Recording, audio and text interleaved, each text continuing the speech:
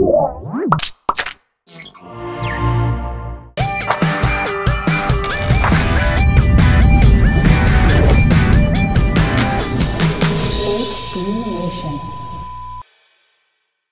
we're continuing our home theater PC quest, and a lot of you wrote in and asked about Dell's Zino HD. Now, it's the base version, runs about $250 and includes an AMD Athlon processor. The box itself is about 8 inches square, kind of compact. That includes an 8X optical drive, a 250 gigabyte hard drive, ATI's Radeon HD 3200 graphics that offers enough oomph to do Blu-ray type H.264 decoding, and there's HDMI out. And for $30 more, you can go from Vista to Windows 7 Home Premium. Which we definitely recommend, by the way. If you're looking for more graphics powers, ATI Radeon HD 4330 for another $75. And while you can get a Hop-Hog TV tuner bundled with it, you cannot get a Blu-ray drive from the factory. So if you want to get your Blu-ray on, you are spending some cash, cracking the box open, and putting it in yourself. It's a tempting media box, but you have heard... The main complaint I hear about it is how loud the thing is. I mean, they say, well, if you just turn up your audio system enough, it'll all go away. But if you're one of those silent listeners or trying to preserve the silence of the room in any way, shape, or form, you'll probably notice how loud the fans are in this system. That would be annoying. That's no good. Yeah, for home theater PC, the fan noise is unacceptable. We're talking to Dell, trying to get one in for evaluation. I want to basically play around with the HDMI audio options because the 3200, the ATI Radeon 3200, get a little long in the tooth. Hopefully the drivers are nice and solid at this point. And I'd be curious to get inside of that and see how hard it would be to get a slim type Blu-ray drive in there. Form factor looks good, and the optional color plates you can add to it for customization. That's kind of nice too. You like color plates? A little customization never hurts. Oh, you do that thing where you change all the curtains in the house, spring, summer, fall. Gloss black, everything, or matte black, even better. There you go. Anyway, even more of you have been writing in about boxes built around the Atom processor. That's Intel's great low power, I guess low cost CPU. And Mark in Perth, Australia wrote in and said, hey, I love the show. I'm looking at building or buying a home theater PC, and have you considered the Acer Aspire Revo 3610 Ion 330? That's a mouthful. It really is. Acer Aspire Revo.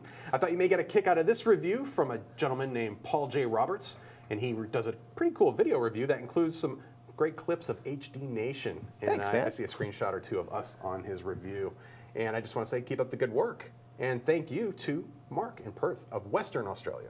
Now, okay, the Atom's a cool processor. It's primarily found in netbooks, and a lot of people get really excited because they see their netbook. It's got an HDMI output, and they're like, "I'm going to use it to play video to my HD, my high def screen." And the thing is the processor itself with the stock graphics is the video.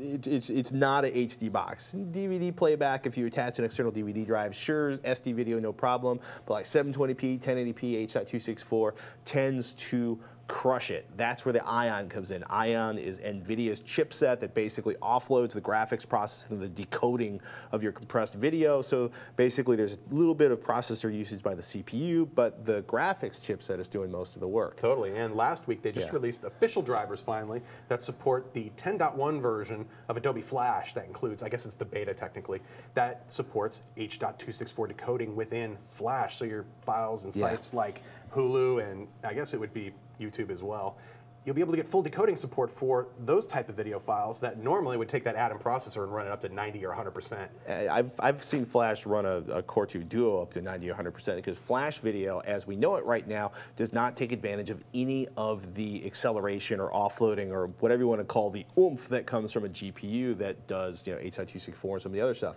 So the Flash actually being hardware accelerated is a big deal for Atom and other processors. So, I mean, we're going to get into your parts list in a couple minutes, but you're pretty sold on the Atom. Is it because of the power consumption, with the noise level? Atom with Ion. Yeah. Atom with Ion. That is like the marriage made in heaven, I guess you could say, or wherever. But but the other thing, it's odd because it's not. I guess it's odd because there's not a really good relationship between NVIDIA and Intel. Right. But here we have these, not third-party companies, but a lot of companies probably not heard of. They're not household names. Right. Building these motherboards and products that incorporate these two chips. Well, Asus is a pretty household name. That's true. At least if you're a geek. And they do sell one motherboard currently, and then I'm pretty sure ASRock, one of the home theater PCs that are out there right now based on that platform, is also based on Asus's hardware as well. So So what are you thinking? Do you think it's a better deal to build it yourself or to buy sort of a pre-assembled box? Depends what you need. The single most expensive part I'm finding is really, or one of them, is the Blu-ray drive. Now, for the smallest system you can build, you want a slim Blu-ray drive, and those typically run about 170 bucks currently. And that's not a cheap addition. If you can skip that drive, say you don't need it, don't want it, could care less about DVD or Blu-ray playback, if you can lose that, the costs then become pretty darn affordable, in the $330 to about $370 range for a pre-built box that includes the OS, some kind of wireless remote technology, and HDMI out, media card readers, and things like that. Yeah, to put that in perspective, right, this is what he's talking about, slimliner. Basically, if you look at the sort of sliding tray on the side of a notebook, that's a slim design DVD drive or Blu-ray drive. This is your standard 5¼ Blu-ray drive.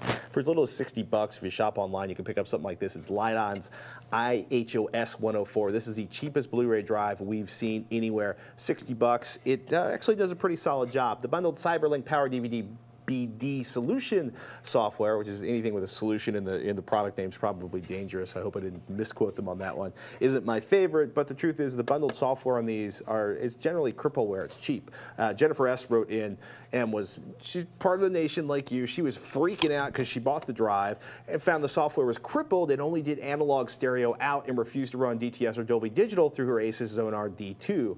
I'm not entirely sure if that was like a software driver issue with the card or if it was the drive here, but you know what I'm saying is you may be spending another 60 bucks to get some decent Blu-ray playback software. Right now, our pick is ArcSoft's Total Media Theater 3 Gold, or I should say my pick is Total Media Theater 3 Gold, 60 bucks now, which is good because you used to have to spend like at least 100 bucks to get any kind of Blu-ray playback. It's pretty cheap. It's 60 bucks for Blu-ray playback, so you're looking at about 120 bucks for a drive and software if you are not satisfied with the software that's bundled with the drive.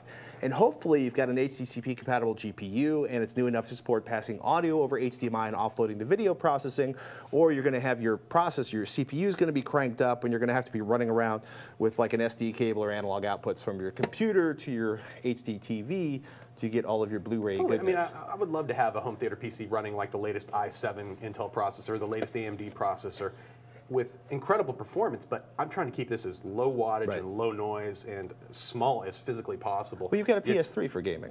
I've got that, and I've got my PC I game with, and you know, I have a standalone Blu-ray player, so I'm really looking at this project in terms of what if I didn't have the Blu-ray player? What if I would have had like an old DVD player, but I do have a new HD TV, and I want to build a box that lets me do all my web stuff with a real browser, real operating system, and even if I don't want to go Windows, there are options around that, and good options actually that cost you nothing to try. So, is it safe to put a dividing line like, you know, building a Blu-ray home theater PC is great, but if you want the cheapest way to get Blu-rays, just buy a standalone Blu-ray player? Yes. Well, if you could use a $60 drive like that in a system, you know, you can get a pretty cheap Blu-ray player out of that, and odds are you'll be able to software upgrade that system for the lifetime of Blu-ray technology. Whereas I've seen some of the cheapest Blu-ray standalone Blu-ray players out there. The Walmart. I don't expect them to ever be updated, and you'll eventually run across discs that just simply won't play back. Right. And that's where suddenly that great value initially becomes less and less of a value over time. When you're buying a second Blu-ray player. Why doesn't the disc play? I don't want to answer that question ever. Just let it update, let it fix it, and go. Unless there's no way to update it or fix it. And one of the beauties of the PS3, and I'm not promoting that as the be-all end-all Blu-ray players, but it seems to support every darn feature of the spec, and to do so before most other players out there.